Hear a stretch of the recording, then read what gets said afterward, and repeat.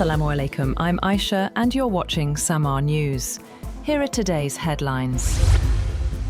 Iranian authorities say dozens of people have been arrested on suspicion of sharing sensitive information with Israel. Local media reports that the arrests were made in several areas across the country as Israeli and US strikes continue against Iranian targets. In northwestern Iran alone, 20 individuals were detained for allegedly sending location details of military and security assets to Israel.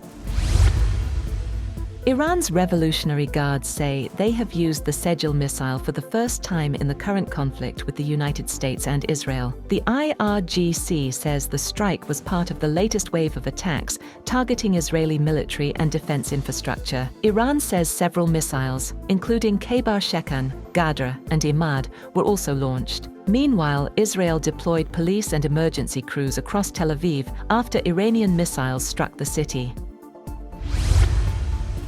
Israeli media report that a fragment of an Iranian missile has struck a residential building used by the US consul in Israel. The incident occurred amid ongoing exchanges of attacks in the region. No immediate details have been released regarding damage or possible casualties.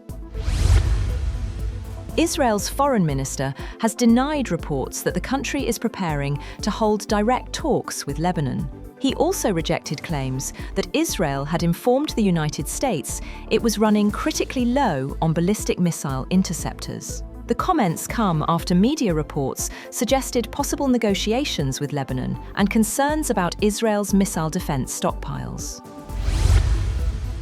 US President Donald Trump calls on multiple countries, including China, France, Japan, South Korea, and the UK, to send naval forces to help secure the Strait of Hormuz, a key global energy route disrupted by the ongoing conflict with Iran. Trump claimed US actions had destroyed Iran's military capability, but Tehran rejected the assertion, saying the strait is only closed to enemy vessels. 2 Indian tankers and a Turkish ship were allowed passage, while others await clearance. The disruption threatens global energy supplies and food security, as liquefied natural gas shipped through the strait is used in nitrogen-based fertilizers. Trump warned further strikes could target Iran's Karg Island oil hub if necessary.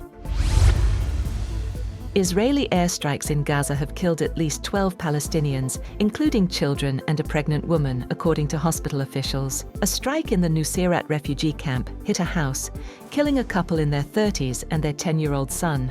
Hospital officials said the woman was pregnant with twins. Another strike later hit a police vehicle in central Gaza on Salah al-Din route, killing 8 officers. The U.S. Department of Defense has identified 6 airmen who died when their KC-135 refueling tanker crashed over Iraq, while supporting operations targeting Iran. Officials say the crash was not caused by hostile fire.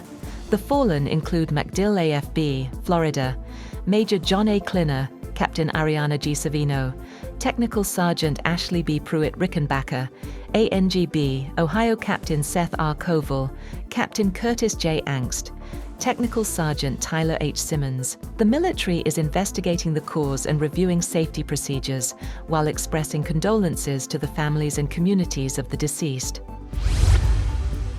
Oil loading operations at the United Arab Emirates Fujairah terminal have resumed after a drone attack and fire disrupted activity earlier. An industry source says the key energy hub, located outside the Strait of Hormuz, is back in operation following the incident on Saturday. Fujairah handles about 1 million barrels per day of the UAE's Murban crude, roughly 1% of global oil demand.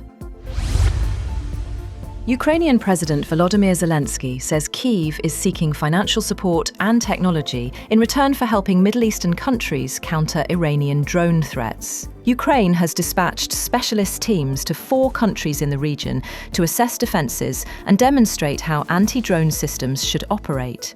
Zelensky said the teams, each made up of dozens of experts, will assist regional partners in strengthening their air defence capabilities.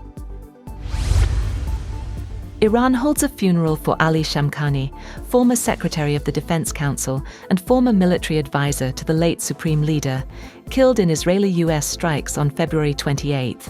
Shamkhani, a key figure in Iran's nuclear negotiations, had survived a previous Israeli assassination attempt last June, which left him with a leg injury.